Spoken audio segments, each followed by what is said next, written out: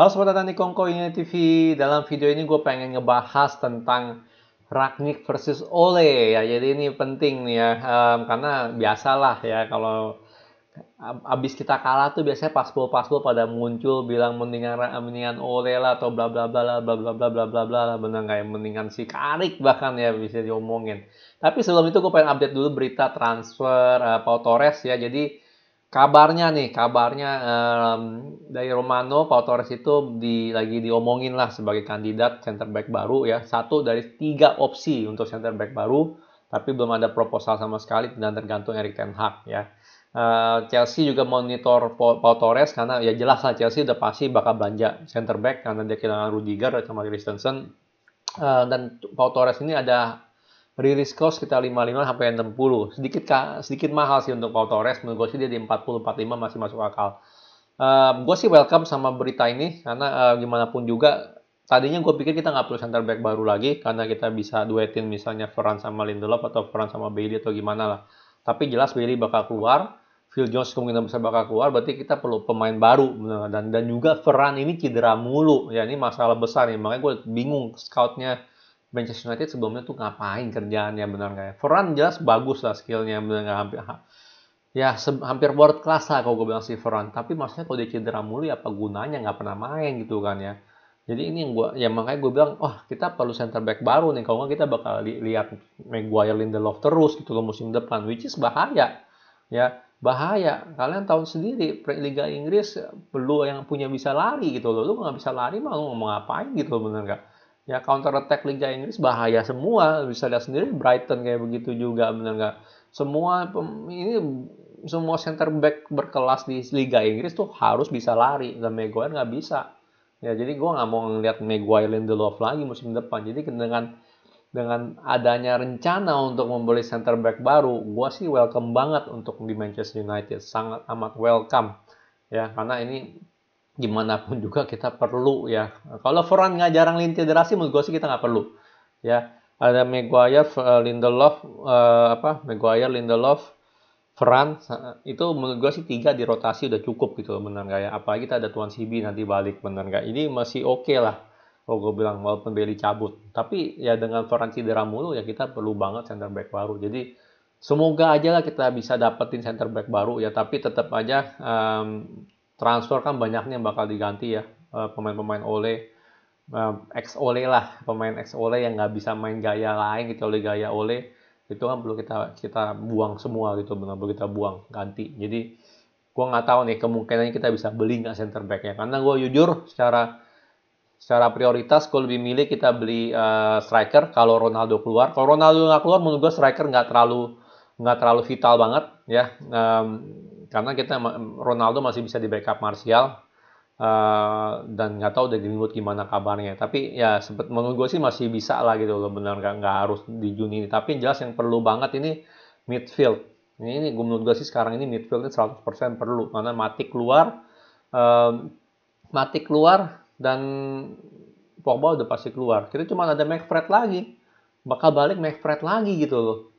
Ya kan, dimana udah ke-expose banget tuh McTominay, nggak ada Matic dia langsung hancur mainnya kemarin, bener nggak ya, bolong ya. Bahkan kalau gue bilang Fred ini musim ini under Ragnik tuh lebih bersinar ketimbang McTominay, lebih kelihatan gitu loh ya. Mungkin karena emang dia juga emang terlalu terlalu energetik kali ya, bener nggak ya. Jadi itu ya, gue sih welcome aja, cuman gue nggak yakin kita bisa beli center back ya, karena ya budget kita kan pasti ada limitnya juga ya. Tapi anyway kita welcome aja lah ya berita ini. Nextnya gue pengen ngomongin soal Rangnick sama Rangnick versus Ole ya, karena banyak banget yang komen ya kan, yang nggak pernah komen tiba-tiba kalau kalah komen gitu kan, mendingan Rangnick kan. Bahkan kemarin ada yang bilang mendingan, bukan salah Maguire kan kemarin kalah. Oh my god, gila, ini komen kayak begini nih gue bingung ya. Lu nonton Maguire nggak sih, nonton Manchester United nggak sih satu musim ini? Ya, teori apa gitu loh, bener nggak? Kita kalah lawan Brighton ya, karena kalah midfield ya, McTominay, Matic diobok-obok sama Caicedo sama si siapa tuh lagi tuh, Bissouma. Terus lu bilang bukan salah Maguire gitu kan, karena dia lagi di bench. aduh, gue kadang bener sama netizen tuh kadang gue suka aneh gitu loh ya. Ini gue rasa ini kayak gini-gini nih buzzernya Glazer, kalau nggak cuma nge-troll doang gitu loh. Lu nonton nggak dari awal musim sampai sekarang? Ya, nonton nggak Maguire tuh mainnya kayak gimana? Ya, coba lu Google deh, bener nggak? Kalau lu di YouTube nih ya kan, berhubung lu lagi di YouTube juga nontonin gua nih ya, lu Google, lu search dulu deh Maguire punya performa kayak gimana gitu musim ini. Banyak banget tuh, Kak. Gila, bener-bener banyak banget blundernya dia. 100% dan dia tuh kapten gitu loh, nggak layak. Ya jadi gue nggak ngerti deh ya. Jadi orang-orang kayak gini gue nggak ngerti ya lu beneran fans atau cuma buzzer Glazer doang atau troll gitu kan. Ya, Maguire itu nggak layak lah ibaratnya ya, nggak layak sama sekali gitu loh. Ya, jadi kapten tuh nggak layak. Ya, jadi untuk balik lagi ya untuk apa argumen antara siapa namanya? Oh, ya, Ragnik lawan Ole gitu kan ya. Satu ya kan. Gue ngomongin dulu ya dari awal gue emang sedikit ragu dengan Ragnik ya karena oke lah pas Ragnik di dunia kalian selalu bilang oh dia nih grandfather of Gegenpress bla bla bla bla bla bla ya kan.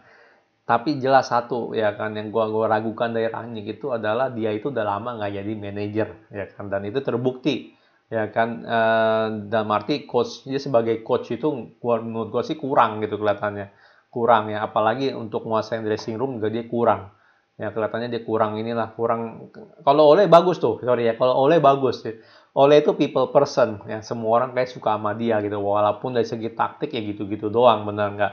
Ya tapi Rangnick ini menurut gue sih dia secara coach itu secara taktik menurut gue dia masih ada tapi untuk menguasain aspek lainnya itu ya sebagai coach kan ada menguasain aspek lainnya itu dia menurut gue dia kurang dan itu karena gue menurut gue ya karena dia udah lama gitu nggak ngelatih lah ibarat dengan sebagai coach ya dia kan kayak di mana sih di pas di Rusia itu kan dia kan bukan jadi coach benar nggak dia kan jadi manajemennya lah bagian dari manajemen. Ya jadi itu ya tapi menurut gue sih nggak layak sih kita bandingin Ragnik dengan Ole ya karena mereka berdua punya filosofi bola yang berbeda. Punya dua filosofi bola yang berbeda ya. Ragnik jelas ada gegenpress ya kan dia gue lihat banget dia bisa filosofi gegenpressnya tuh ada ya kan bahkan dia permasalahannya ya permasalahan dari Ragnik itu adalah kita punya pemain nggak bisa mengeksekusi taktiknya gegenpressnya itu karena udah 3 tahun ya kebanyakan udah tertanam oleh ball di mereka. Ya bahkan Bruno Fernandes, Rashford gitu kan ya. Itu juga otaknya udah mengarah ke sana gitu loh ya. McFred lah jangan ditanya gitu kan menang. Itu mereka udah mengarah ke oleh ball terus dan sekarang ini sih susah untuk keluar gitu loh dari gaya pola bermain seperti itu ya. Jadi ibaratnya kayak gue selalu bilang kan selalu pengen parkir setengah bus, ada ruang di belakang itu, di belakang ini long ball, Rashford lari, atau Greenwood lari, atau siapalah kayak kita waktu itu, terus finishing. Selalu seperti itu. Jadi problemnya cuma satu kayak gitu, kalau Bruno lagi off, Pogba lagi off, nggak bisa long ball, nggak bisa ngapain. Ketemu tim parkir bus, nggak bisa ngapa-ngapain. Kena counter attack, Maguire nggak bisa ngejar, kebobolan. Nah, jadi filosofinya berbeda, ya. Oleh ball seperti itu, Rangnick itu gegenpress gue bisa lihat banget, tapi nggak bisa dieksekusi, ya kan? Um, Kalau misalnya gitu Rangnick dapat preseason, ya kan, sama dapat pemain itu yang dia minta ya, bahkan dia kan Januari minta striker nggak dikasih kan, menurut gue bisa beda hasilnya, ya, menurut gue bisa beda, bisa kelihatan banget, lebih kelihatan gegenpressingnya si Rangnick gitu loh, dia implementasikan di Manchester United. Ya, karena bisa kelihatan gitu loh. Kayak dari game terakhir bisa kelihatan. Pressingannya aja tuh kayak setengah-setengah. Timing pressingnya tuh selalu telat. Ya lu lihat Liverpool. Liverpool pressing ya. Orang belum dapat bola aja nih lawan belum dapat bola aja nih. Itu pemain Liverpool udah nempel. Pasti udah nempel. Kalau kita enggak, orang dapat bola nih dia baru ditempel. Ya udah telat. Ya kan kalau ketemu tim yang lebih bagus kayak Chelsea segala macam itu one touch passing semua ya telat akhirnya kita create space yang bisa di apa dieksploitasi gitu. Jadi dari segi pemain ya itu nggak memadai gitu loh menurut gue sih bukan dari skill ya tapi dari segi mengimplementasikan taktiknya Rangnick itu mereka nggak memadai sama sekali ya jadi itu itulah gue bilang sih perbedaannya gitu loh. Dari segi taktik itu berbeda, ya kan? Lu nggak bisa bilang Rangnick punya taktik lebih bagus atau Ole punya taktik lebih bagus gitu loh, ya kan? Karena dia punya dua filosofi bola yang berbeda. Tapi ya sekali lagi, kenapa gue bilang main tuh Ole out ya? Karena kelihatan gitu loh, ya kan? Filosofi bolanya Ole itu nggak bakal bisa naikin kita ke next level, ya nggak bakal bisa 100%, nggak bakal bisa, ya. Dia beli pemain pun nggak dipakai, benar nggak? Beli Sancho 100 juta nggak dipakai, malah tetap aja Rashford, Greenwood, Rashford, Greenwood, Ronaldo, Rashford, Greenwood, Ronaldo, Sancho nggak pernah dipakai, ya kan? Nggak bakal bisa bawa kita next level, jujur aja nggak bakal bisa. Ya udah kebukti kok dari 3 tahun terakhir ini nggak dapet trofi apa-apa, ya kan? Dan permasalahannya ya kalian jangan bilang, oh under Ole juara 2, ya kan? Rangnick nggak yang apa Champions League kayak nggak lolos gitu kan. Tapi jangan ngomong kayak gitu karena ini cuma setengah musim. Kita pikir baik-baik, Ole juara 2 itu pas saat pandemi, benar nggak? Pada saat COVID. Ya di mana Manchester City lagi angin-anginan tapi tetap juara kan, dan Liverpool banyak cedera.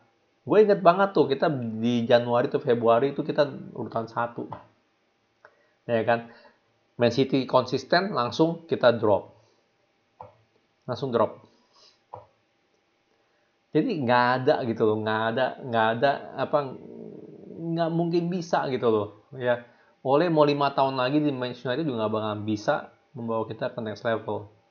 Karena yang dia implementasikan ya cuman itu, parkir setengah bus, ya kan, long ball, udah seperti itu doang. Itu nggak bakal bisa gitu loh, jujur aja sih, ya. Dan permasalahannya jelas, Ole itu kan suka favoritin pemain, benar nggak? Ya ngapa nggak pernah tuh diganti tuh yang namanya AWB, Luxio ya masih suka diini sama Teles lah, tapi AWB nggak pernah diganti, ya Maguire, McFred, ya kan ternyata terbukti gitu kan, Matic sendiri masih bisa, ya kan, benar nggak? Um, Selalu begitu, nggak bisa merotasi pemain dengan bagus dia tuh, beli pemain akhirnya cuma trofi doang, benar nggak? Sancho ya hampir jadi trofi, ya. Terus siapa namanya, uh, Van de Beek jadi pemanas bangku cadangan, benar nggak? Jadi gue mau bilang gitu aja ya. Jadi kalau kalian yang bilang mendingan zaman Ole itu argumennya apa? Ya sekali lagi gitu, argumennya apa? Kalau cuma bilang karena pernah juara 2, ya juara 2 gitu kan. Siapa sih yang inget juara 2 gitu? Siapa yang inget? Nggak ada yang inget gitu. Dan waktu itu pada saat pandemi, ya lu lawan Man City yang nggak konsisten aja gitu kan. Lu lawan Liverpool yang banyak cedera aja, lu nggak bisa juara gitu loh, bener nggak? Ya kan? Jadi gue sih bilang sih nggak pantas kita bandingin dua coach ini, ya, karena ya pertama kali filosofinya berbeda dan kondisinya juga berbeda, situasi dan kondisinya juga berbeda gitu loh. Ya ini dia ngambil alih timnya Ole, ya kan, dan yang dimana 2-3 tahun terakhir tuh pakai Ole ball terus gitu loh. Jadi nggak fair gitu loh, gue bilang sih nggak fair sama sekali. Apakah Rangnick lebih bagus dari Ole? Gue bilang nggak juga gitu loh, bener. Karena sekali lagi dia udah karatan gitu kalau gue bilang, ya kan udah berapa tahun terakhir tuh nggak jadi coach gitu kan, jadinya manajemen, bener. Jadi nggak bisa kita bandingin seperti itu, ya. Anyway, gue cuma mau ngomong ini ya. Gimana menurut kalian Rangnick versus Ole gitu kan ya? Gue pengen tahu pendapat kalian, dan tolong yang namanya ini apa, yang pembela Ole semua ya ditulis dong gitu dong, bener nggak? Lu alasan lu yang lebih konkret tuh apa gitu kan? Jangan cuma bilang, ah iya mendingan zaman Ole, kan setiap kali kita kalah zaman Ole. Kemarin menang 3-0 nggak ada yang ngomong, bener nggak ada yang komen. Kalau kalah kemarin Brighton langsung komen, mendingan Ole kan, mendingan Ole kan, mendingan Ole kan, mendingan Ole kan. Bener nggak? Percaya proses gitu kan. Aduh ya gitulah ya. Anyway, gue cuma mau ngomong ini doang ya. Kalau suka jangan lupa like, subscribe, and thank you for watching.